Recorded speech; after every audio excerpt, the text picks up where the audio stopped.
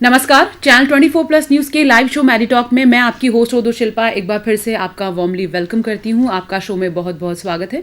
वैसे तो आप सभी जानते हैं कि हर सप्ताह संडे को आने वाला ये लाइव शो आपकी सेहत से जुड़ा है। हर बार हम एक नए विषय पर बात करते हैं और विषय पर बात करने के लिए हमारे बीच उस विषय से संबंधित डॉक्टर जरूर मौजूद होते हैं। आज हम बात करने वाले हैं अपने दांतों के बारे में, लेकिन उससे पहले मैं आपको बता दूं, इस लाइव शो में नंबर नीचे स्क्रॉल हो रहे हैं। अगर आपके जहन में कोई सवाल है, कोई समस्या है या आप किसी चीज का समाधान चाहते हैं हमारे डॉक्टर से, तो आप सीधे तौर पर कॉल कर सकते हैं। लेकिन आपको यहाँ पर एक बात और बता दूं, आप जब भी हमें कॉल करें तो प्लीज अपने टीवी का वॉल्यूम थोड़ा कम रखें, ताकि आपकी और हमारी बात बहुत बेहतर तरीके से हो सके। आज हम बात करने वाले हैं दांतों के बारे में। हमारी पूरी पर्सनैलिटी में हमारे दांत एक महत्वपूर्ण भूमिका निभाते हैं। अगर ये कहा जाए कि जब हम बात कर रहे होते हैं तो सबसे पहले हमारे दांत ही शोभित होते हैं और हमारी खूबसूरती का दूसरा परिचायक भी इन दांतों को माना जाता है। दूसरे तौर पर अगर महत्वपूर्णता देखी जाए तो खाने के लिए ये सबसे अहम किरदार निभाते हैं। आप जितनी अच्छी तरह से खाने को चबा कर खाएंगे, ये आपकी सेहत के लिए उतना ही अच्छा है। यानी कहीं ना कहीं ये दांत आपकी पूरी पर्सनैलिटी में एक इंपॉर्टेंट पार्ट है। आज उसके बारे में हम बात करने वाले हैं। अफसोस की बात यह है कि जितना इंपॉर्टेंट पार्ट हमारी पूरी बॉडी में है, इसे लेकर हम सबसे ज्यादा लापरवाह रहते हैं। क्या क्या ऐसी समस्याएं हैं जिन्हें हम नजरअंदाज कर देते हैं? नजरअंदाज करने की वजह से वो समस्याएं कितनी कॉम्प्लिकेटेड हो जाती हैं, कितनी बड़ी बन जाती हैं, आज उन सब के बारे में हम बात करने वाले हैं। और उन सब के बारे में बात करने के लिए आज हमारे बीच एक स्पेशलिस्ट मौजूद है, एक दंत रोग विशेषज्ञ मौजूद है। बहुत ही टैलेंटेड हैं आप। उनका नाम है डॉक्टर श्वेता चंदेला। मैम, आपका हमारे शो में बहुत बहुत स्वागत है। धन्यवाद। हमारी ऑडियंस से आज मैं यही कह रही हूँ कि हम दांतों के बारे में बात करने वाले हैं। जैसा कि मैंने कहा कि लापरवाही हम सबसे ज्यादा इन्हीं को लेकर करते हैं। तो सबसे पहले हम उनके बारे में बात करना चाहेंगे कि स्वाभाविक तौर पर माफी चाहूंगी मैं, हम एक कॉल ले लेते हैं पहले। बिल्कुल बिल्कुल। हेलो जी नमस्कार शिल्पा जी। मैं ये पूछना चाह रहा था कि ये दांतों का, जैसे मेरी मदर का अभी एक दांत टूट गया था तो आर्टिफिशियल दांत लगाया, लेकिन वो कुछ टाइम पीरियड तो वो रहा, लेकिन जैसे जैसे वो चीजें कुछ खाने से वगैरह धीरे धीरे वो मतलब फिक्स नहीं हुआ और फिर वो निकल गया और फिर वो कह रहे कि फिक्स नहीं हो सकता, बस ऐसे ही आपको हर टाइम आपको फिक्सिंग कराना पड़ेगा और ये चीजें रहती है। और ये ब्लीचिंग होती है जो व्हाइटनिंग दांतों की, ये हानिकारक है या दांतों के लिए सही है? क्योंकि एक व्हाइट शाइन दांत हर कोई चाहता है, तो ब्लीचिंग कहाँ तक के लिए अपने सही है या कैसा दांतों को इसे स्वस्थ रख सकते हैं? हम आपके सवाल का जवाब जरूर देंगे, लेकिन अपना नाम बताएंगे आप? जी, मेरा नाम शंकर है। जी शंकर, आपका शो में बहुत बहुत स्वागत है और मैम से अब आपके सवाल का जवाब मांगते हैं। कॉल करने के लिए बहुत बहुत शुक्रिया। जी मैम। जिस तरह से शंकर जी ने दो सवाल पूछे हैं अपन से, एक तो ये पूछा कि दांत जो है वो फिक्स नहीं रह पाते हैं, तो उसका क्या कारण है। देखिए, अगर कोई डॉक्टर ट्रीटमेंट करता है तो वो डेफिनेटली बहुत सारी चीज़ों को कैलकुलेट करके फिर आपके दांत को लगाता है। जिस तरह से हड्डी का कितना सपोर्ट है, दांत के आसपास का कितना सपोर्ट है, और तीसरा सबसे इंपॉर्टेंट पॉइंट जो रहता है, आप क्या चूज करते हैं। डॉक्टर आपको हमेशा 2 या 3 ऑप्शन देंगे। कई बार ऐसा होता है कि हम लोग फाइनेंसेस की वजह से, पैसों की वजह से एक हल्का या कम क्वांटिटी या कम पैसे लगने वाला ऑप्शन चूज करते हैं, जिसकी वजह से ये फेलियर के लिए जाता है। तो अगर किसी डॉक्टर ने आपको कोई बताया है ऑप्शन और उनमें से आप क्या चूज करते हैं, उस पर बहुत ज़्यादा इम्पोर्टेंट मतलब रहता है ये उसका रिजल्ट जो भी दांत लगाया जाता है। तो बेटर है कि आप फाइनेंसेस को देख के अगर फिक्सिंग के लिए जाएं तो अपने रिजल्ट्स को कंपेयर ना करें, आप डॉक्टर पे छोड़ें। और अगर आपको लगता है कि आपको उस फाइनेंसेस में वो रिजल्ट नहीं मिल पा रहे हैं, तो फिर आप डॉक्टर को ही बोलिए कि बेस्ट पॉसिबल ऑप्शन चूज करें। अगर आप अपना दिमाग लगा के उसको चूज करते हैं तो वो ये फेलियर में ही जाएगा।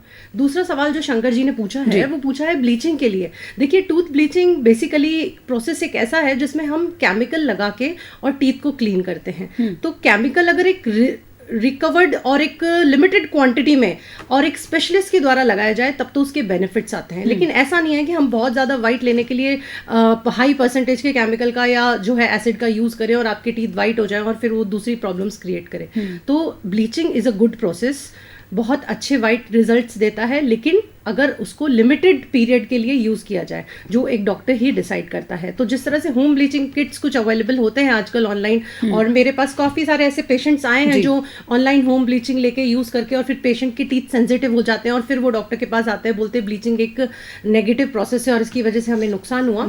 तो प्लीज़ इस तरह के कोई भी प्रोसेस आप किसी एड को या ऑनलाइन साइट से मंगवा के यूज़ ना करें। ये एक स्पेशलिस्ट द्वारा और एक लिमिटेड क्वांटिटी में यूज़ करने पे ही बेहतरीन रिजल्ट्स देते हैं। अच्छा, आपने जो शुरू में शंकर जी के लिए हिदायत दी कि हम कभी कभी अपना बजट देख के डिसाइड करते हैं और डॉक्टर का डिसीजन बाद में सुनते हैं, तो वहां पे बेटर है कि हम डॉक्टर से ये राय ले लें कि आप बताएं कि हमारे लिए क्या अच्छा है। और अगर आप डॉक्टर की, जैसे डॉक्टर्स डेफिनेटली सारे ऑप्शंस आपको देते हैं, आप किसी भी डेंटिस्ट के पास चले जाएं तो उनके पास एक वेरिएबल ऑप्शंस रहेंगे, कम पैसों से लेके रिमूवेबल से लेके फिक्स तक भी, जिसमें हम आजकल इम्प्लांट जो है इमीडिएट फिक्स भी हो जाते हैं, जिसमें हम इमीडिएट लोडिंग दे देते हैं, तो उनकी कॉस्टिंग डेफिनेटली महंगी पड़ेगी।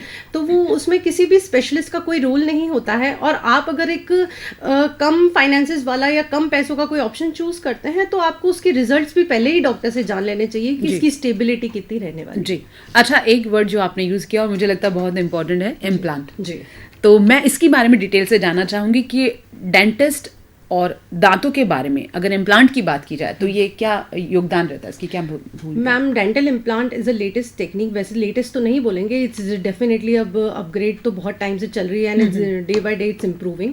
डेंटल इम्प्लांट एक ऐसा प्रोसेस है जिसके अंदर हम नो टीथ कंडीशन के अंदर एक फिक्स टीथ प्रोवाइड कर सकते हैं, जिसमें हम बोन का सपोर्ट लेते हैं, बोन के अंदर स्क्रू लगा के और जो है फिक्स टीथ दिए जाते हैं।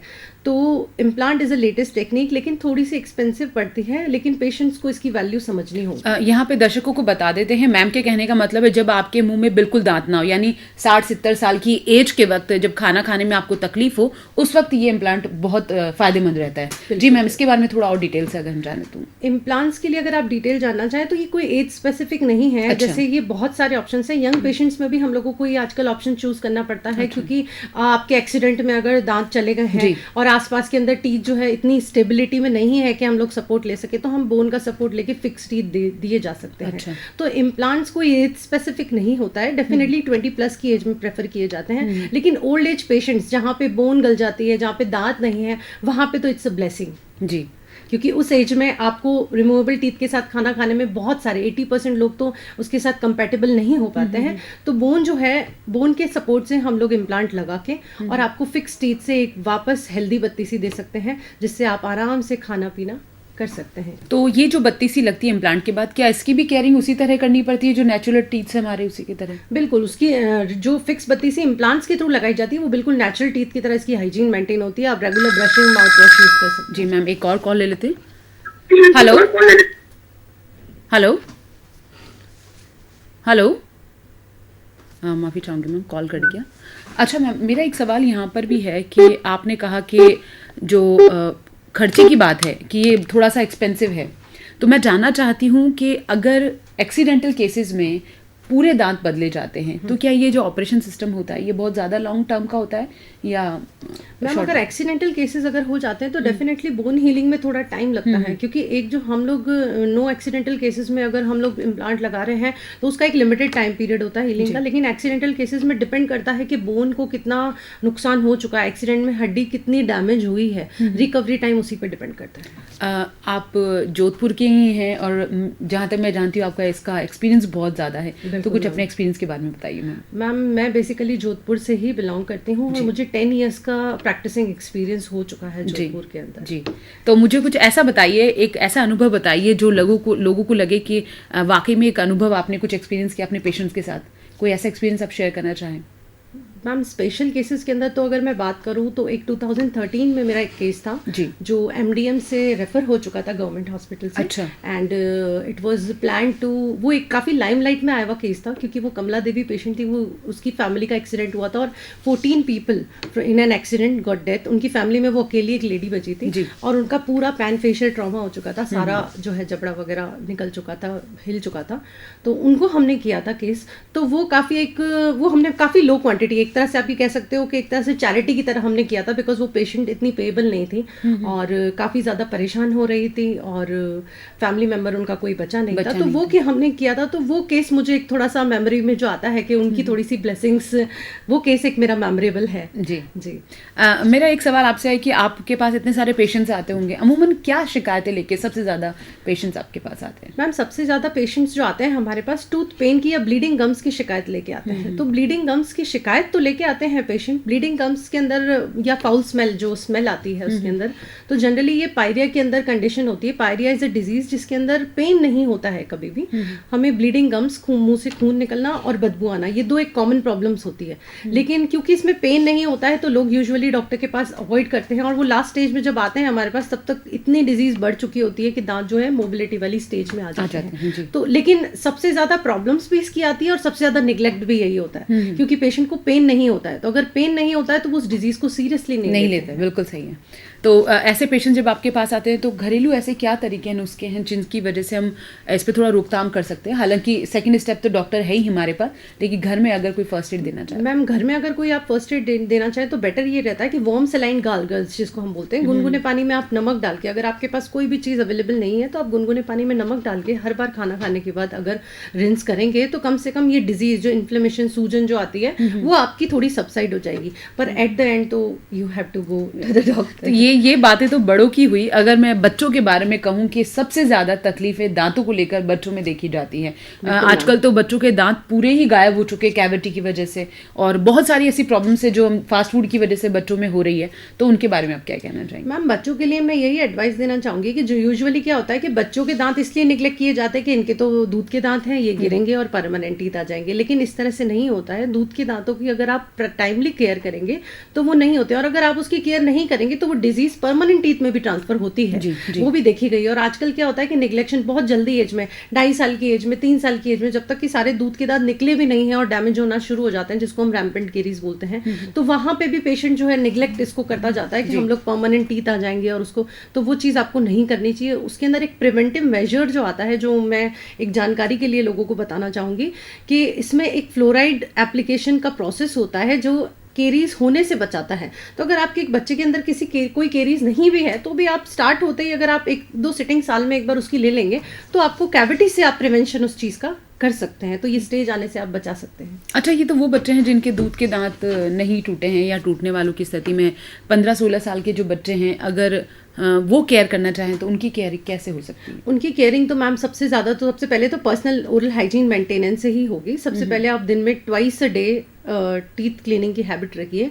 ज़्यादा नाइट में प्रेफरेबल है। हम लोग यूजुअली, सबकी आदत ये होती है कि हम लोग मॉर्निंग में ब्रश करते हैं, लेकिन जनरली होता यह है कि जब आप नाइट में फूड इनटेक करके सोते हैं तो वो जो खाना अपने दांतों में और मुंह में फंसा रहता है वो लॉन्गेस्ट टाइम पीरियड के लिए आपके मुंह में स्टे करता है। क्योंकि दिन के समय में क्या होता है, हम बोलते हैं, हम बात करते हैं, हमारे मुंह में सलाइवेशन होता है, थूक जो बोलते हैं हम जिसको, वो निकलता रहता है तो खाना फ्लश होता है। लेकिन नाइट के समय में जब हम सो जाते हैं तो वो फूड लॉजमेंट हुआ हुआ रह जाता है और सलाइवेशन भी नाइट के अंदर कंपैरेटिवली डे के रिड्यूस रहता है, तो उसके कारण कैविटीज की एक्टिविटी ज़्यादा बढ़ जाती है। तो बेटर है कि आप नाइट में ब्रशिंग की हैबिट अपने साथ मेंटेन कीजिए, तो प्रिवेंट हो जाए। मैं यहाँ पे कुछ छोटे मोटे सवाल आपसे पूछना चाहती हूँ जो बहुत इंपॉर्टेंट हैं, जैसे कि दंत मंजन।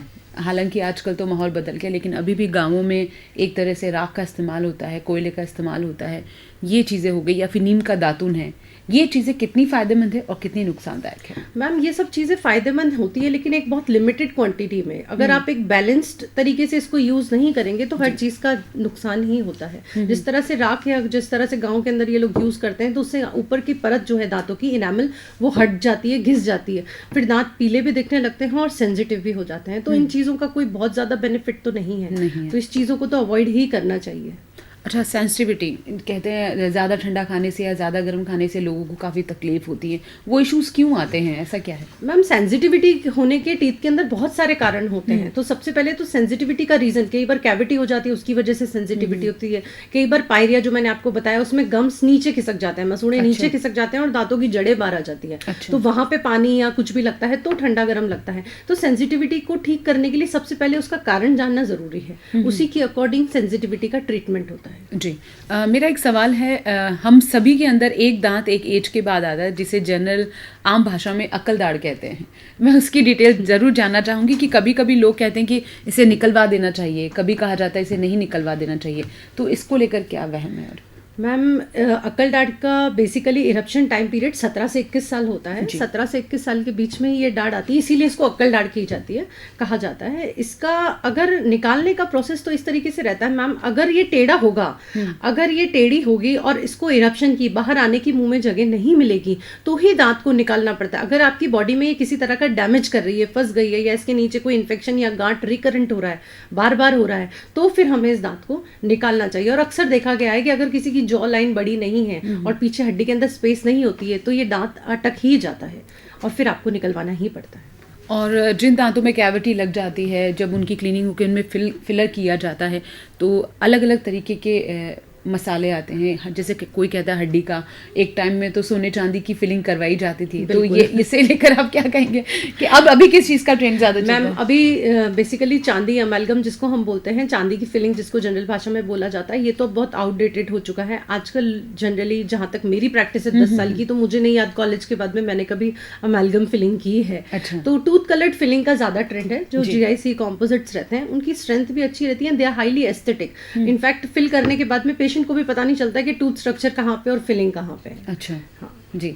हम बच्चों के बारे में बात कर रहे थे। बच्चों के लिए क्या ऐसी चीज़ें घर पे की जानी चाहिए जिससे कि कैविटी जैसे इश्यूज रहे नहीं और दांत और ज़्यादा मजबूत हो? मैम बच्चों के अंदर तो एक ही हैबिट होनी चाहिए, जिस तरह से स्वीट सबसे ज्यादा खाते हैं बच्चे, आपके भी बच्चे आपने बिल्कुल देखा ही होगा, तो बच्चों को स्वीट्स अवॉइड करें हम, ये तो बहुत ही उनके साथ नाइंसाफी हो जाएगी। पर बेटर एक हैबिट ये है कि अगर वो स्वीट कुछ भी ले रहे हैं तो उसके बाद में उसको इमीडिएट अगर हम लोग गाइड करें कि हाँ ब्रश करना है, तो वो चिपका हुआ नहीं रहेगा। अगर कोई भी फूड आर्टिकल या कोई भी स्वीट चिपकी हुई रहेगी तो वो कैविटी करेगी। तो ब्रशिंग की हैबिट को अगर हम मेंटेन कर लेंगे तो ये चीजें, या फिर अगर हम जैसे बाहर हैं तो हम लोग माउथ वॉश यूज कर सकते हैं, रिंस करवा सकते हैं एक बार, पानी से ही कुल्ला अगर करवा देंगे बच्चे को तो फिर ये कैविटी को हम थोड़ा सा अवॉइड कर सकते हैं। और आजकल तो हर चीज़ का एक ऑप्शन रहता है, जैसे हाथों को साफ करने के लिए सैनिटाइजर है, जहां आपके लिए साबुन अवेलेबल ना हो सैनिटाइज कर लीजिए। उसी तरह गार्गल करना एक बहुत अच्छा तरीका है, अगर वहां पे आपके लिए टूथब्रश अवेलेबल ना हो तो आप अपने बैग में या कहीं भी कैरी बैग में माउथ वॉश कैरी कर सकते हैं। और उसको वाटर अपने पास, जनरली कभी ट्रैवलिंग में भी होते हैं तो भी हमारे पास वाटर होता है, थोड़ा सा उसको डाइल्यूट करके रिंस कर लीजिए। तो अगर फूड चिपका हुआ नहीं रहेगा दांत के तो डेफिनेटली कैविटीज होने में रिडक्शन होगा। अच्छा, टेढ़े मेढ़े दांत, ये अमूमन शिकायतें आती हैं, ये छोटे बच्चों के, बड़े लोगों के टेढ़े मेढ़े दांत होते हैं, उन्हें सीक्वेंस में नहीं होने की वजह से पर्सनालिटी बहुत ऑकवर्ड लगती है, उसका क्या रास्ता है? बिल्कुल मैम, आपने एक बहुत ही बेसिक क्वेश्चन मुझसे किया है कि टेढ़े मेढ़े दांतों से पर्सनैलिटी इफेक्टिव होती है, लेकिन ये आज हमारे इंडिया में जनरली ये ट्रेंड नहीं है। हम लोग अगर ऑर्थो ट्रीटमेंट, इसको ऑर्थो ट्रीटमेंट बोलते हैं, ब्रेसेस वाला ट्रीटमेंट, इसके लिए अगर बच्चा या कोई भी पेरेंट्स जाते हैं तो उनका बेसिक लुक जो रहता है, बेसिक उनका रीजन रहता है वो सिर्फ लुक्स ही रहता है। लेकिन मैं आप सब लोगों को ये चीज़ बताना चाहूँगी कि टेढ़े मेढ़े दांत होने से सिर्फ आपकी सुंदरता कॉम्प्रोमाइज़ नहीं होती है, आप बहुत सारी डेंटल डिजीजेस को बढ़ावा देते हैं अगर आपके दांत टेढ़े मेढ़े होते हैं। अगर दांत टेढ़े मेढ़े रहते हैं तो नॉर्मल ब्रशिंग जो आप कर रहे हैं घर पे वो पूरी क्लीनिंग नहीं हो पाती है, तो जगह जगह अंदर डिपॉजिट्स होने लग जाते हैं, उसकी वजह से गम्स की डिजीजेस डेवलप हो जाती है और जल्दी एज में दांत जो है खराब होने स्टार्ट हो जाते हैं, हिलने शुरू हो जाते हैं। तो क्राउडिंग की वजह से सफाई हैम्पर होती है, क्लीनिंग हैम्पर होती है, हाइजीन मेंटेन नहीं रह पाती, और हाइजीन मेंटेन नहीं रहने की वजह से मल्टीपल गम्स की डिजीजेस होती हैं। तो मैं सबको एक मतलब आपको ये एडवाइस देना चाहूंगी कि आप अपने बच्चों का, अगर आपके बच्चों की स्माइल एक्सेप्टेबल है तो भी आप टेढ़े मेढ़े दांतों के लिए ट्रीटमेंट कराइए, just to avoid future diseases, क्योंकि बहुत जल्दी एज में फिर वो गम्स प्रॉब्लम हो जाती है। मतलब ये कि अगर आपके किसी के भी दांत टेढ़े मेढ़े हैं तो सिर्फ खूबसूरती के लिए नहीं, दूसरे फ्यूचर कॉम्प्लिकेशन से बचने के लिए भी आपको ये सीधे करवाने चाहिए। बिल्कुल बिल्कुल। ये ब्रेसेस की बात हुई तो किस तरह की वैरायटीज के आते हैं मैम? क्या एक ही है तरीका या कुछ? नहीं मैम, ब्रेसेस की अगर हम बात करें तो ब्रेसेस जनरली 2-3 तरह के अवेलेबल हैं। एक तो मेटल ब्रेसेस हम लोग बोलते हैं, एक सिरेमिक ब्रेसेस आते हैं। और आजकल तो सिरेमिक में व्हाइट कलर के होते हैं, तो व्हाइट कलर के होते हैं तो थोड़ा सा एक्सेप्टेबल होता है सोशली, जैसे जो वायर वाले होंगे मेटल ब्रेसेस तो विजिबल रहते हैं। और आजकल वायरलेस ट्रीटमेंट भी आ चुका है इस चीज का। हाँ, these are called as clear aligners. Aligners के अंदर बेसिकली किसी भी तरह की कोई वायर का यूज नहीं किया जाता है। मतलब जिसकी आप बात कर रहे हैं वो बिल्कुल दिखेगा नहीं? बिल्कुल दिखेगा नहीं, वो एक तरह से ट्रांसपेरेंट सिलिकॉन प्लेट्स होती है मुंह के अंदर जो आपके दांतों को कवर कर लेती है, और उन प्लेट्स के थ्रू आपके दांतों को अंदर हम मूव करते हैं और वापस ऑर्थो ट्रीटमेंट करते हैं। तो वो एक लेटेस्ट टेक्निक है जिसमें वायर की भी जरूरत नहीं रहती। ये थोड़ा खर्चीली होगी? डेफिनेटली डेफिनेटली मैम, अगर कोई नई टेक्नोलॉजी आई है तो वो डेफिनेटली थोड़ी सी एक्सपेंसिव होती है, लेकिन हम लोग ट्राई कर रहे हैं, टीम वर्क पूरी ऑल ओवर इंडिया में चल रहा है कि अगर लैब्स वगैरह यहाँ पे नंबर ऑफ लैब्स बढ़ जाएंगी तो इसकी रेट थोड़ी सी कम हो जाएगी, पर एट प्रेजेंट तो इट्स एक्सपेंसिव। अच्छा, हम दांतों की बात कर रहे हैं, गुटखा, सुपारी, तंबाकू, ये वो चीज़ें हैं जो अमूमन स्मोक करना, ये मतलब देखा जाए तो हमारी सोसाइटी में एक ऐसा नेगेटिव शेड है जो कभी भी अभी तक तो फिलहाल कम नहीं हुआ है। तो इसके बारे में क्या कहना चाहेंगी? ये जो बैड हैबिट्स हैं ये दांतों को कितना प्रभावित करती है? मैम डेफिनेटली ये सारी हैबिट्स जो हैं, टोबैको या फिर स्मोकिंग या फिर ये गुटखा खीनी जो भी लोग खाते हैं, तो ये कोई बहुत अच्छी हैबिट्स तो है नहीं। इनके लॉन्ग टर्म में जाके नुकसान ही होता है, फ़ायदा तो इनका कुछ भी नहीं होता है। स्मोकिंग से ज़रूर लोगों को, स्मोकिंग और गुटखे से ऐसे लगता है कि हम लोगों का जो है कैविटीज़ नहीं हो रही है, क्योंकि इनका थोड़ा सा एंटी कैविटी इफेक्ट रहता है, क्योंकि जब स्मोक रहेगा तो मुंह में बैक्टीरियाज का अंदर थोड़ा सा नेगेटिव इम्पैक्ट रहता है, तो कैविटीज़ वगैरह प्रिवेंट होती हैं। लेकिन इनका लॉन्ग टर्म रह के, अगर लॉन्ग टर्म अगर कोई स्मोक कर रहा है तो उनके अंदर म्यूकोजा के अंदर और माउथ के अंदर बहुत सारे ऐसे मल्टीपल चेंजेस हो जाते हैं, जिसके कारण जो है आगे जाके ये चमड़ी कैंसर में कन्वर्ट हो जाती है। अच्छा, हम लोग अपनी हेल्थ को लेके थोड़ा सा लापरवाह रहते हैं। हमें अगर कहा जाए कि साल में 2 बार जाके अपना हेल्थ चेकअप कराओ तो हम नहीं करवाते हैं, क्योंकि हमें ऐसा लगता है, वाकई में ये साइकोलॉजी है कि डॉक्टर की फीस बहुत ज़्यादा है, व्हाई शुड बी पेड। तो मैं जानना चाहती हूँ कि मेडिकल चेकअप में दांतों के लिए हमें कितना अवेयर रहना चाहिए, कितना सीरियस रहना चाहिए? मैम दांत, एक ओरल कैविटी एक ऐसी जगह है जिसका डायरेक्ट लिंक हार्ट डिजीजेस से और बहुत सारी सिस्टमिक डिजीजेस से होता है, लेकिन जनरली क्योंकि general people are not aware about this thing, तो वो इसको निग्लेक्ट करते हैं। जिस तरह हार्ट पेशेंट्स के अंदर डायरेक्ट कनेक्शन होता है ओरल कैविटी से, अगर आपकी ओरल हाइजीन मेंटेन नहीं है तो आपके हार्ट के ऊपर उसका नेगेटिव इम्पैक्ट पड़ेगा। तो अगर हार्ट पेशेंट्स के लिए तो स्पेशल एडवाइस है कि उनको रेगुलर टीथ का चेकअप और किसी भी तरह की डिजीज या कैविटीज को ओरल कैविटी में नहीं रहना चाहिए। जी, मेरा एक सवाल और है आपसे, टूथपेस्ट का सिलेक्शन और टूथब्रश का selection, is it very important for us? Definitely ma'am, toothbrush आपका डिपेंड करता है, ये दोनों ही चीज़, they are lots of variety in the market जो टूथ ब्रशेज और पेस्ट की अवेलेबल हैं, बट आपका सिलेक्शन डिपेंड करता है पर्सन टू पर्सन कि आपकी टीथ की क्या नीड है, आपकी ओरल हाइजीन की क्या नीड है। अच्छा, उसकी अकॉर्डिंग होता है। सॉफ्ट ब्रशेज यूज़ करने पड़ते हैं जहाँ पे ब्लीडिंग कम्स है, वहाँ पे स्टार्टिंग में आपको जब तक ग्रिपिंग नहीं आती है तब तक आपको सॉफ्ट ब्रशेज का यूज़ करना चाहिए। मैम एक कॉल ले लेते हैं। हेलो, हाँ नमस्कार मैडम। नमस्ते। सर आपका नाम बताएंगे? मैं योगेश सिंह अर्ज कर रहा हूँ। जी, आपका शो में बहुत बहुत स्वागत है सर, अपना सवाल कीजिए।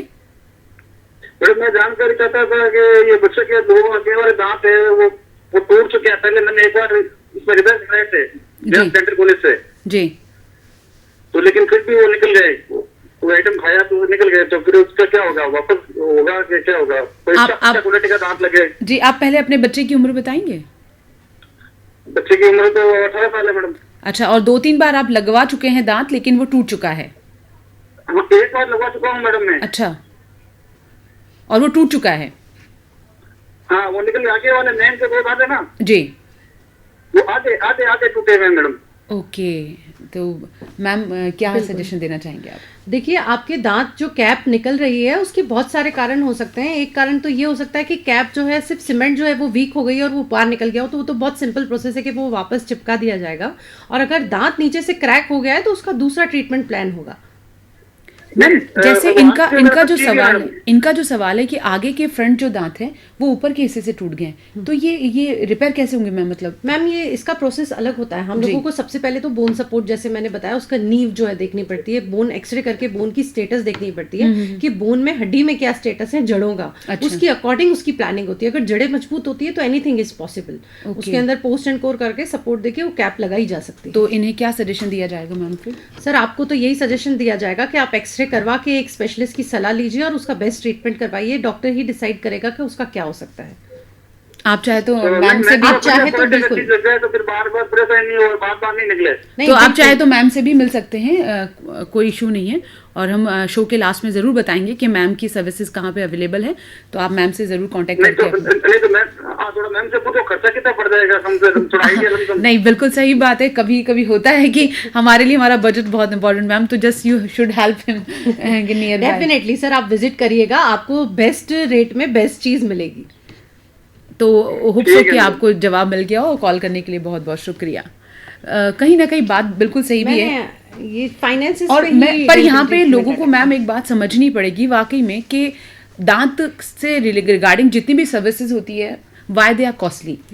वो महंगी इसलिए है क्योंकि कहीं ना कहीं दांत बहुत इंपॉर्टेंट है आपके लिए, और इस चीज़ को हम समझते नहीं। अगर हम शुरू से केयर करके चलें तो फिर इस तरह का इश्यू ना आए। लेकिन जैसे कि ये कह रहे थे कि इन्होंने, ये मेरे जहन में भी अभी सवाल आ रहा है मैम, इन्होंने कहा कि वो आगे के दांत है और वो ऊपर से टूट चुके हैं, तो मैम क्या उनके ऊपर कुछ कैपिंग? बिल्कुल मैम, उनके ऊपर कैपिंग हो सकती है। अगर दांत ऊपर से भी क्रैक हो गया, जैसे यूजुअली क्या होता है कि 10 to 16 ईयर्स की एज के अंदर खेलते समय 80% टीथ के अंदर आगे के दांत जो हैं बच्चों के टूट जाते हैं, तो रिपेयर हो जाते हैं। डिपेंड करता है कि वो टूटा कहाँ से है। अगर वो एज से भी टूटा है तो उसको बिल्डअप करके कैपिंग करके उन दांतों को बचाया जा सकता है। और जैसे इनका बच्चा 18 साल का था तो ये हो सकता है पॉसिबल? बिल्कुल बिल्कुल मैम, पॉसिबल है। और ये कह रहे थे कि एक बार मैंने रिपेयर करा दिया है बट वो वापस टूट गया है, तो ये चीज़ें क्यों होती हैं मैम? ये कहीं ना कहीं फॉल्ट के कारण ही होती हैं। जैसे मैं आपको बता रही हूँ ना, एक्चुअली क्या होता है मैम, पेशेंट्स अपना दिमाग लगाते हैं। जब आप डॉक्टर के पास जाते हो तो आप दो चीज़ अब इन्होंने जैसे बताया कि they have been to somewhere for the treatment, तो आप सबसे पहले आप माइंड में फाइनेंसेस लेके अगर आप जाओगे तो आपको ट्रीटमेंट, अगर आप इमिटेशन ज्वेलरी लेने जाओगे तो आपको गोल्ड की रेट में नहीं मिलेगी, और आप गोल्ड लेने जाओगे तो आपको इमिटेशन की रेट में नहीं मिलेगा। और इमिटेशन ज्वेलरी खरीद के आप गोल्ड की क्वालिटी की एक्सपेक्टेशन नहीं कर सकते। नकली और असली में फर्क आएगा, कीमत में भी आएगा। बिल्कुल मैम, बिल्कुल। तो यहाँ पे दर्शकों को बार बार मैम एक बात जो ध्यान देने के लिए कह रही हैं वो ये कि जब आप डॉक्टर के पास जाएं तो समझौता ना करें, क्योंकि दांत बहुत इंपॉर्टेंट चीज़ है। अगर आप क्वालिटी से समझौता ना करें, वहाँ पे अमाउंट के बारे में डिस्कस ना करें, ना सोचें, तो शायद फिर आपको वो समस्याएं नहीं होगी जो हो चुकी हैं। और आप, अगर मैं बताना चाहूँगी, आप अगर किसी देखिए मैं ये नहीं कहती कि हर इंसान बहुत सारे पैसे खर्च कर सकता है, क्योंकि डेफिनेटली डेंटल ट्रीटमेंट एक लीस्ट प्रायोरिटी पे आ जाता है ना। तो आप अगर किसी लो बजट ऑप्शन को चूज करते हैं तो आपको उसके ड्रॉबैक्स पता होने चाहिए। आप उसकी जानकारी डॉक्टर से लीजिए ताकि आप किसी डॉक्टर को ब्लेम ना करें कि ये ऐसा हो गया। जी बिल्कुल सही बात है कि अगर आप जो खर्चीली है और जो कम खर्चीली है उस पर बात करें तो उसके जो नकारात्मक पहलू हैं, नेगेटिव शेड है, उनके बारे में भी ज़रूर एक बार डिस्कस करें कि सस्ती पद्धति का इस्तेमाल करने से आपको नुकसान क्या होने वाले हैं। अगर आप वो नुकसान समझ जाएंगे तो फिर आप अमाउंट की बात करेंगे नहीं, पैसे की चिंता करेंगे नहीं। खैर ये तो बात दर्शक की हुई हमारी। अच्छा, मेरा एक सवाल आपसे और है, टूथपिक का यूज़ करना। हम अब पहले तो जब ऑल पिन्स मिलती थी, सैप्टे पिन्स मिलती थी, हम उसी से कर लिया करते थे। आजकल तो वो टूथपिक का ट्रेंड चल रहा है, तो टूथपिक भी कितना टूथपिक्स तो जनरली मैम ये डैमेजिंग ही होता है। टूथपिक्स का यूज़ करना it's not good for gums, क्योंकि आप जब टूथपिक यूज़ करते हो तो आपको नहीं आइडिया होता है कि आप कहाँ कितना डीप पेनिट्रेट कर रहे हो उसको, और जब आप एक लिमिट से ज़्यादा गम्स के अंदर टूथपिक डाल देंगे तो आप उसको कहीं ना कहीं ट्रॉमा करेंगे, और वो ट्रॉमा हील अप होने में बहुत टाइम लेता है। उसका रीज़न ये, ओरल कैविटी एक ऐसी जगह है जो ड्राई नहीं रहती, जहाँ पे आप कांस्टेंट खाना खाएंगे, कुछ खाना फंसेगा, और जो आपने डिग करके एक स्पेस बनाई है वहाँ पे फिर खाना फंसने लग जाता है और फिर वो एक क्रॉनिक डिजीज का रूप ले लेता है। तो टूथपिक का यूज नहीं किया जाए। इंटरडेंटल ब्रशेज एक मार्केट में अवेलेबल हैं, कोलगेट के भी आते हैं और बहुत दूसरी कंपनीज बन रही हैं जो आपको किसी भी मेडिकल स्टोर पे 10 या 5 रुपए का मिल जाएगा। तो अगर किसी को फूड लॉजमेंट की दिक्कत है तो बेटर है कि आप एक इंटरडेंटल ब्रश का यूज कीजिए। वो एक पेंटिंग जैसा ब्रश होता है, आराम से आप अपनी पॉकेट में कैरी कर सकते हैं। तो टूथपिक की जगह अगर आप उसको यूज करेंगे तो एटलीस्ट आप अपने गम्स को या हेल्थ को कहीं ट्रॉमा नहीं करेंगे। जी मैम, मुंह के अंदर ऐसी कौन कौन सी बीमारियां हो सकने का चांसेस रहता है जिन्हें हम इग्नोर कर देते हैं लेकिन वो आगे जाके बहुत ज़्यादा कॉम्प्लिकेटेड हो जाती है? मैम कॉम्प्लिकेशंस के लिए अगर हम जाएंगे तो सबसे ज़्यादा तो जो स्मोकिंग और ये खैनी वगैरह गुटखा खाते हैं तो यही वाली जो है प्री कैंसर स्टेज में कन्वर्ट हो जाती है। और जब प्री कैंसर स्टेज एक ऐसी होती है जब आपकी बॉडी अलार्म कर रही होती है, जिस तरह से कैंसर होने से पहले बहुत सारे पेशेंट्स का मुंह खुलना बंद हो जाता है और मुंह में कच्चा पड़ना, जिसको हम बोलते हैं कि आप मिर्ची नहीं खा पा रहे हो, खाने में मिर्ची है नहीं, सामने अगर कोई इंसान वही खाना खा रहा है उसको मिर्ची नहीं लगेगी, लेकिन जिसका मुंह कच्चा हो चुका है गुटखा खा के या स्मोकिंग की वजह से उसको उस खाने के अंदर मिर्ची लगेगी, मिर्ची बहुत ज़्यादा लगेगी।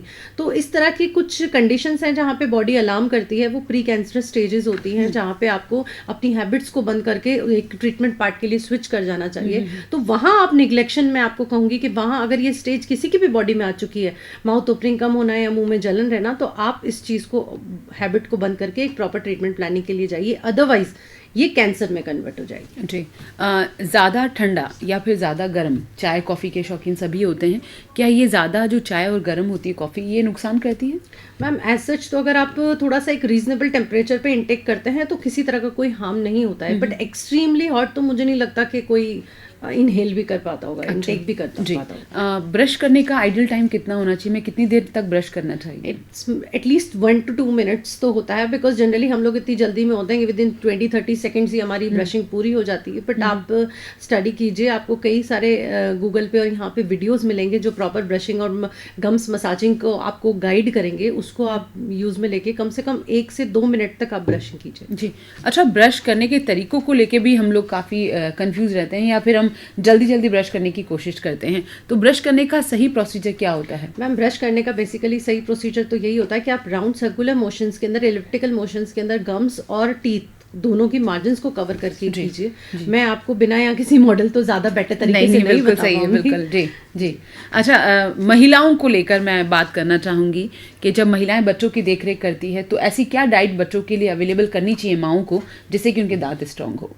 मैम, टीथ बेसिकली एक ऐसा बॉडी का स्ट्रक्चर होता है जो जनरली कैल्शियम से ज़्यादा इफेक्टिव होता है। तो अगर आप कैल्शियम डाइट में इंटेक बढ़ाएंगे तो वो हेल्पफुल होगा थोड़ा। फॉर एग्जांपल क्या क्या सोर्सेज होने चाहिए जिनसे कैल्शियम ज़्यादा मिले? आपके बनाना के अंदर, टूथ के मिल्क के अंदर मिल्क की क्वांटिटी आप बढ़ा सकते हैं, और कुछ सप्लीमेंट्स जैसे जो पाउडर्स वगैरह आते हैं जिसके अंदर कैल्शियम पाउडर मिक्स करके होता है, तो वो आप बच्चों को दे सकते हैं। अच्छा, सप्लीमेंट्स की बात हम कर रहे हैं, आजकल मार्केट में हर चीज़ का एक सप्लीमेंट है, चाहे विटामिन की बात करें, कैल्शियम की करें, तो ये सप्लीमेंट्स डॉक्टर प्रिस्क्रिप्शन से देने चाहिए या फिर ये नहीं देने चाहिए? नहीं, डेफिनेटली ये सारे सप्लीमेंट्स जो हैं हर बॉडी के अंदर किसकी क्या नीड है, ये एक डॉक्टर प्रिस्क्रिप्शन से ही लेने चाहिए। जी जी।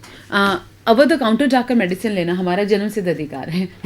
हर घर में एक डॉक्टर है, हर छोटी बीमारी में हम बिना डॉक्टर से प्रिस्क्रिप्शन लिए सजेस्ट कर देते हैं मेडिसिन। दांतों के लिए भी ऐसी होती है कि दांतों में पेन हुआ और हमने जाके केमिस्ट से एक मेडिसिन ली, दांतों का दर्द खत्म हो गया। तो आप लोगों को इस बारे में क्या कहना चाहेंगे, दर्शकों को, कि ओवर द काउंटर जाकर बिना प्रिस्क्रिप्शन दवाई लेने से क्या नुकसान हो सकता है? देखिए, इमरजेंसी में चाहे हम कितना भी समझाएं, हर इंसान जाता है, हर मेडिकल स्टोर वाला देता है। तो इसके अंदर मैं आपको यही सजेशन दूंगी कि डेफिनेटली अगर आपको कोई इमरजेंसी हो रही है और आपको पेन रिलीफ करना है तो आप जाइए, लीजिए, लेकिन उसके ठीक होने के बाद भी आप एक स्पेशलिस्ट को कंसल्ट कीजिए कि वो पेन जो है वो दर्द हुआ क्यों, उसका बेसिक कारण का आप ट्रीटमेंट जब तक नहीं कराएंगे तब तक उस चीज़ का कोई बेनिफिट नहीं होगा। जी। अच्छा, हमारे सुनने में ये भी आया है कि नींबू का इस्तेमाल करना दांतों के लिए बहुत अच्छा होता है। नहीं मैम, ये तो ऐसा कुछ है कि विटामिन सी के सोर्स से दांतों के लिए बहुत फर्क पड़ता है? गम्स और बाकी सॉफ्ट टिश्यूज के लिए विटामिन सी डेफिनेटली बॉडी के अंदर एक नीड होता है, लेकिन एक्सेसिव विटामिन सी अगर आप कंज्यूम करेंगे तो वो बेसिकली एक एसिड है जो इनेमल को हार्मफुल इफेक्ट देता है। जी जी। डॉक्टर से अगर बात की जाए तो वो कहते हैं दांतों की क्लीनिंग करवानी चाहिए जब दांतों में पीलापन हो जाता है, तो क्या ये क्लीनिंग करवाना लोगों के लिए फायदेमंद है या इससे कुछ नुकसान होने का? नहीं, बिल्कुल मैम, दांतों की क्लीनिंग करवाने से कभी भी कोई नुकसान नहीं होता है। डेफिनेटली जब कोई बहुत सालों के बाद क्लीनिंग कराता है तो आपको कई बार ऐसी सेंसिटिविटी फील होती है क्लीनिंग कराने के बाद में, और दांत एक बार हल्के से लोग कंप्लेन करते हैं कि जैसे हमें हल्के लूज फील हो रहे हैं, तो वो चीज़ें टेम्पररी होती हैं और विद इन 5 to 4 days वो खत्म होके और आपकी हेल्थ जो है, ओरल हेल्थ, वो बहुत ज़्यादा इंप्रूव हो जाती है। तो आप इन छोटी मोटी दिक्कतों को देख के स्केलिंग को या दांतों की क्लीनिंग को अवॉइड ना की जाए, मैं सबको यही सलाह दूंगी। और साल में एक बार अगर आप ओरल हाइजीन के रूप में, जिस तरह से हम बाकी बॉडी की अपनी हाइजीन मेंटेन करते हैं, हेयर कट लेते हैं, नेल कट लेते हैं, उस तरह से अगर आप साल में एक बार दांतों की क्लीनिंग कराएंगे तो आप बहुत सारी, मैं तो ये कहूँगी मोर देन 70% ओरल डिजीजेज और होने वाली कैविटीज़ को अवॉइड कर सकते हैं। छोटे बच्चों के दूध के दांत जब टूटते हैं और नए दांत आने वाले होते हैं तो ये भी होता है कि पेरेंट्स उन दांतों को, हिलते हुए दांतों को खुद ही तोड़ने की कोशिश करते हैं या फिर बच्चों को प्रेशराइज करते हैं कि आप इन दांतों को तोड़ लीजिए, क्योंकि उनके जहन में एक सवाल होता है कि भाई अगर ये दांत नहीं तोड़ा तो इसके नीचे आने वाला दांत टेढ़ा आएगा। तो ये कितना सच है, कितना मिथ्या है, कितना? मैम, बेसिकली उन दांत के होने की वजह से तो दांत टेढ़ा नहीं आता, बिकॉज एक इरप्शन का एक पर्टिकुलर प्रोसेस है कि वो पाथवे को फॉलो करते हैं और इरप्ट होते हैं। तो ये तो टोटली मिथ है, आई विल से, कि उनके रहने से वो टेढ़े आएंगे। तो नहीं, मतलब अगर वो नहीं टूट रहे हैं या वो टूटने में वक्त लगा रहे तो उससे कुछ नए आने वाले दांतों को कोई फर्क पड़ेगा? इफेक्ट तो होता है, तो उस केस में आपको एक डॉक्टर को ही कंसल्ट करना पड़ेगा, क्योंकि आपकी सबसे पहले तो एज डिपेंड करती है, क्योंकि आपको जनरली नहीं पता होता कि कौन सा दांत किस एज पे गिरना चाहिए या नहीं गिरना चाहिए। तो वो एक डॉक्टर ही डिसाइड करेगा कि दूध का दांत किस स्टेज पे मुझे हटाना है या उसको अभी कुछ महीने के लिए और छोड़ना है। अच्छा, अमूमन क्या आपके पास ऐसे बच्चे आते हैं जिनके दूध के दांत आने में ही वक्त लग जाता है? जैसे 6 महीने में बच्चों के दांत दांत आना शुरू हो जाते हैं। तो अगर 6 महीने में बच्चों के दांत नहीं आए तो फिर पेरेंट्स को कितना फिक्र करना पड़ेगा उस बारे में? बिल्कुल, अगर काफ़ी सारे बच्चे ऐसे होते हैं जिनके अंदर डिलेड इरप्शन की प्रॉब्लम होती है, उसके अंदर क्या होता है कि गम्स काफ़ी थिक हो जाते हैं, तो टीथ इरप्ट नहीं हो पाते हैं। जो इरप्टिंग फोर्स होता है वो इतना नहीं होता है कि वो मसूड़ों को टीयर करके बाहर आ सके। तो उन केसेस के अंदर हम लोग सबसे पहले तो एक एक्सरे करवाते हैं देखने के लिए कि नीचे टूथ बड्स है भी या नहीं, क्योंकि कई बार ऐसा होता है कुछ एनॉमलीज ऐसी होती है जिसमें टूथ बड्स ही नहीं है, तो फिर टीथ कहाँ से आएगा। तो पहले तो ये देखा जाता है कि टूथ बड्स हैं या नहीं है, और उसके बाद में उसका एक प्रॉपर लाइन ऑफ ट्रीटमेंट होता है जो उनके पेरेंट्स को समझाया जाता है। लेकिन अगर टूथ बड्स हो ही ना तो फिर क्या आगे प्रोसीजर होता है? मैम उसके बाद में तो फिर उसका एज वो बढ़ने का ही वेट किया जाता है। ओके, एक कॉल ले लेते हैं मैम। हेलो। हेलो, हाँ जी, आपका शो में बहुत बहुत स्वागत है। अपना नाम बताएंगे? मैं अयूब खान बोल रहा हूँ। जी अयूब जी, अपनी समस्या बताएं। मैडम, मेरे तो परसों एक महीना हो गया करीब, मेरे के दांतों में कोई भरवाया था, मसाला भरवाया था। जी। तो क्या मैं गर्म खाना खा सकता हूँ? जी मैम, ये इनका सवाल बिल्कुल, है। अगर आपको एक महीना बता रहे हैं आप हो चुका है, तो आप आराम से गर्म खाना खा सकते हैं सर, कोई कोई दिक्कत तो नहीं होगी ना? नहीं, बिल्कुल नहीं। कॉल करने के लिए शुक्रिया आयुब जी।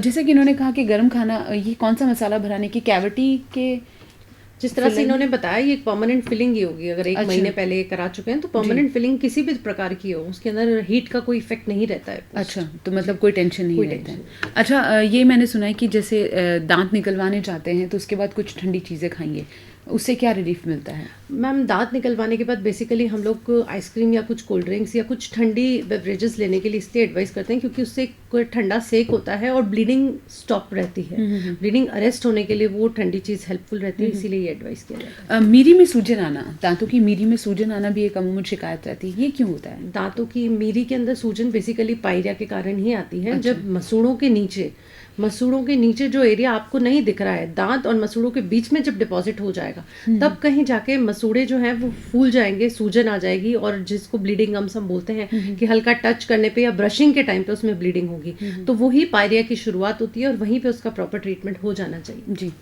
दूध के दांत टूटने की आपने बात कही कि 6 महीने के बाद अगर नहीं आता तो हम उसका एक ट्रीटमेंट करते हैं, तो क्या उस ट्रीटमेंट से 100% श्योर रहता है कि दांत आने लग जाएंगे?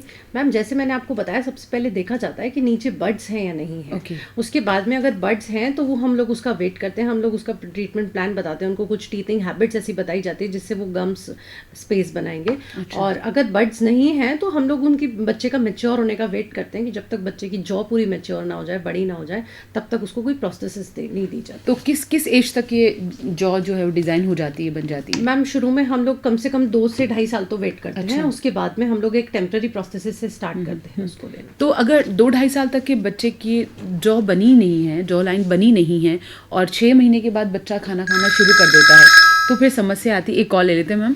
Hello hello hello. ये बच्चों के दांत पीले हैं, वो कैसे ठीक होंगे? जी, बच्चों के दांत पीले हैं। अच्छा, बच्चों के दांतों में पीलापन, हाँ, वो कैसे ठीक होगा? जी हाँ, हम आपको जवाब देंगे। आप अपना नाम बताएंगी? हाँ, अजीत कॉलोनी से राम कौर। जी राम कुमार जी, आपके सवाल का जवाब मैम देंगी। आप अपने टीवी का वॉल्यूम कम कर दीजिए। जी मैम। अजीत कॉलोनी से राम कंवर जी, हाँ जी। राम कंवर जी, पीलेपन अगर दांतों में है बच्चों के, तो सबसे पहले उसका कारण हमें देखना पड़ता है। कई बार फ्लोराइड के कारण अगर पीलापन होता है तो उसका ट्रीटमेंट प्लानिंग बिल्कुल अलग होती है उसके ग्रेड के अकॉर्डिंग, और अगर नॉर्मल पीलापन है तो वो दांतों की सफाई से और ब्लीचिंग से चला जाता है। अच्छा, धन्यवाद। हाँ जी, मतलब ये जो फ्लोराइड का आपने बोला, ये फ्लोराइड पानी की वजह से है या कोई और? बिल्कुल मैम, जो पानी हम लोग कंज्यूम करते हैं, या मैं ये कहूँगी कि जो प्रेगनेंसी के टाइम पे जो मदर कंज्यूम करती है, अच्छा, उसका इफेक्ट रहता है कि टूथब्रश के ऊपर। जी जी। एक और कॉल ले लेते हैं। हेलो। हेलो, हाँ जी, आपका शो में बहुत बहुत स्वागत। अपना नाम बताएंगे? नरेश नाम है। जी नरेश जी, आपका शो में बहुत बहुत स्वागत है। अपना सवाल कीजिए। मेरे दांतों में ना, मतलब कोई ठंडी चीज खाता हूँ ना तो दर्द होता है। जी, और गर्म चीज़ों से भी कुछ फर्क पड़ता है कि सिर्फ ठंडी चीज़ों से? नहीं। अच्छा, ठंडी चीज़ों से ही तकलीफ है। जी मैम। अगर आपको ठंडी चीज़ों से समस्या हो रही है तो ज़रूर ही आपको पायरिया की शिकायत होगी, जिसमें आपके मसूड़े सर जो है नीचे खिसक जाने पे दांतों की जड़ें बाहर आ जाती हैं, उसके कारण ही ये सेंसिटिविटी रहती है। तो आपको सर उसका ट्रीटमेंट कराना पड़ेगा। आपका किसी पेस्ट नहीं, अभी चल रहा है उनका कॉल। अच्छा जी मैम, चल रहा है, ये continue। किसी पेस्ट आप जो सेंसिटिविटी के लिए मार्केट में पेस्ट अवेलेबल है वो आप यूज करके एक बार टेम्परेरी ट्राई कर सकते हैं सर। अगर उससे रिलीफ नहीं होगा तो आपको ट्रीटमेंट करवाना पड़ेगा उसका। कॉल करने के लिए शुक्रिया सर। Thank you. हम बार बार एक चीज़ बता रहे हैं आपको कि सेंसिटिविटी जो है या फिर पायरिया के सिम्टम्स है, कहीं ना कहीं आपके दांतों के सर्द गर्म को प्रभावित करता है। तो गौर कीजिएगा कि जड़ें नीचे चली जाने की वजह से ये चीज़ होती है। ओके मैम, हम जो बात कर रहे थे उसी को कंटिन्यू करते हैं कि अगर दांतों की बात की जाए, कभी कभी दांतों के बीच में गैप हो जाता है और उस गैप में एक नया दांत तो लगाया नहीं जा सकता, तो उसका क्या समाधान होता है मैम? मैम दांतों के बीच में गैप होने का सबसे पहले मैम एक कारण और कॉल ले लेते हैं। हेलो हेलो, हेलो हाँ जी, आप कौन बोल रहे हैं? जी नमस्ते। नमस्ते सर, अपना नाम बताएंगे?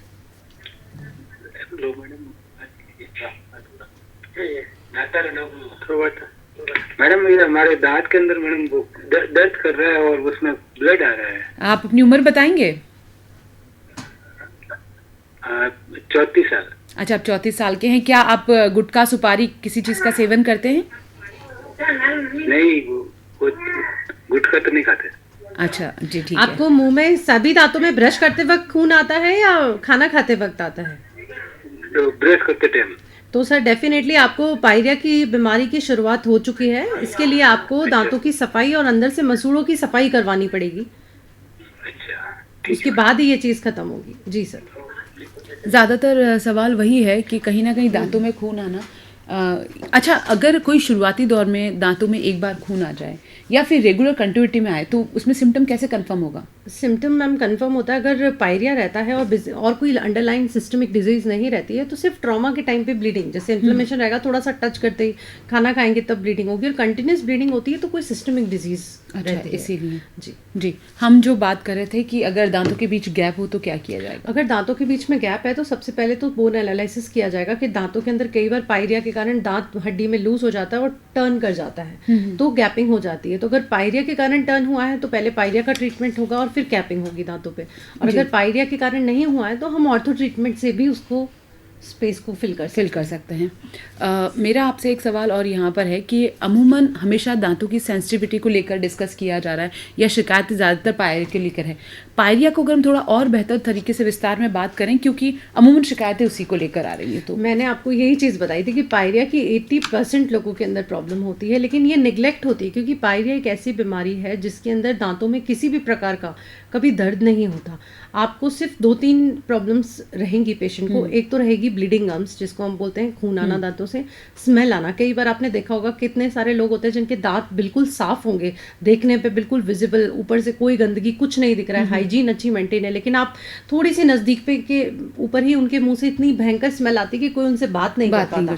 तो ये सारे पायरिया के ही सिम्टम्स होते हैं। तो पेन नहीं होने के कारण ये एक बीमारी ऐसी है जो नेग्लेक्ट होती है, और ये जब स्टेज में आती है इतनी एग्रेसिव हो जाती है कि दांत हिल के जो है गिरने लगते हैं, तभी ये लोग डॉक्टर के पास अप्रोच करते हैं। तो इस बात को सभी दर्शक ध्यान रखें कि पायरिया के सिम्टम्स में दांतों में खून आना ही नहीं, मुंह से बदबू आना भी एक बहुत बड़ा लक्षण है। लेकिन आपको दांत बाहर से उतने ही खूबसूरत लगेंगे, अंदर से ये कॉम्प्लिकेशंस पैदा हो सकते हैं। तो इस पे ज़रूर गौर कीजिएगा। और आप लोगों से रिक्वेस्ट है, आप जब भी कॉल करें तो प्लीज़ आप टीवी का वॉल्यूम ज़रा कम रखिए, ताकि आपका और डॉक्टर साहब का जो भी बातचीत हो वो बहुत कम्फर्टली आरामदायक तरीके से हो पाए। मैं आपसे और कुछ जानना चाहूँ, उससे पहले मैं एक और कॉल ले लेते हैं मैम। Hello hello hello. हाँ जी सर, कौन बोल रहे हैं? मैं दीपक बोल रहा हूँ। दीपक जी, आपका शो में बहुत बहुत स्वागत है। अपना सवाल कीजिए।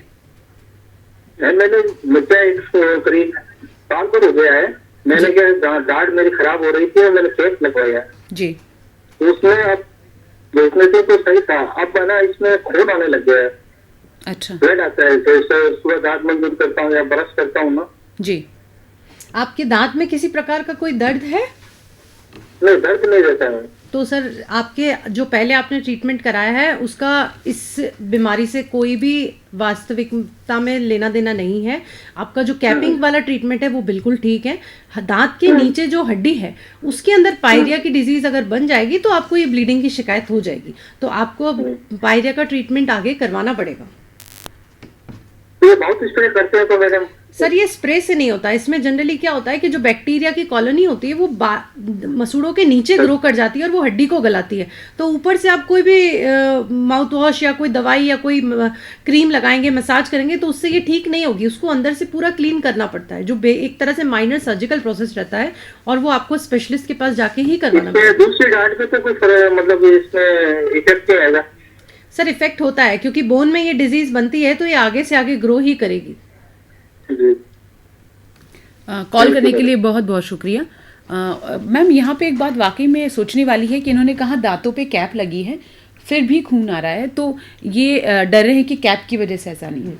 तो यही तो मैम यही तो प्रॉब्लम है कि होता ये है कि ये लोग बेस को समझते नहीं है। और आप डॉक्टर के पास अगर जाते हैं तो हम दो चीज़ बताते हैं, दांत में भी पेन हो रहा है और बोन में भी प्रॉब्लम है। लेकिन दांत के पेन, क्योंकि वो पेन हो रहा है जी, बिकॉज इट्स पेनफुल, तो उससे तो पेशेंट रिलीफ चाहता है। लेकिन क्योंकि बोन में पेन नहीं है तो वो उसके ट्रीटमेंट के लिए नहीं चाहे, एग्री नहीं करते, इसीलिए हम लोग पायरिया को इग्नोर कर देते हैं। जो कि पायरिया, मैंने यही आपको बताया, पायरिया इग्नोर ही इसलिए होता है because it is non painful disease. इसमें आपको पेन होगा ही नहीं। दांत, मेरे पास ऐसे भी पेशेंट्स आते हैं जिनका खाना खाते खाते दांत निकल गया और कोई दर्द नहीं है और वो दांत लेके आते हैं, लेकिन फिर भी वो ये नहीं पूछते कि निकला कैसे, वो कहते हैं दूसरा लगा दो।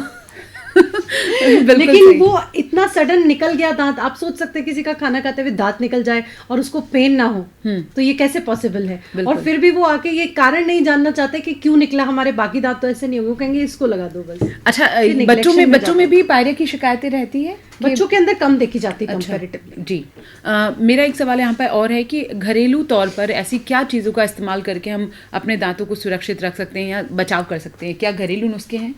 मैम घरेलू नुस्खे तो इसमें बहुत ज्यादा काम नहीं आते। जैसे जिस तरह से लोग हल्दी और नमक का बोलते हैं, तो नमक जी हाँ, सरसों का तेल, नमक, हल्दी, उससे डी स्टेनिंग हो जाती है। सरसों के तेल वगैरह से पीलापन आ जाता है जो निकलता नहीं है, ब्लीचिंग से भी नहीं निकल पाता बहुत बार। तो ये चीजों के बेनिफिट कम है और नुकसान ज्यादा है, तो इन चीजों को तो अवॉइड ही करना चाहिए।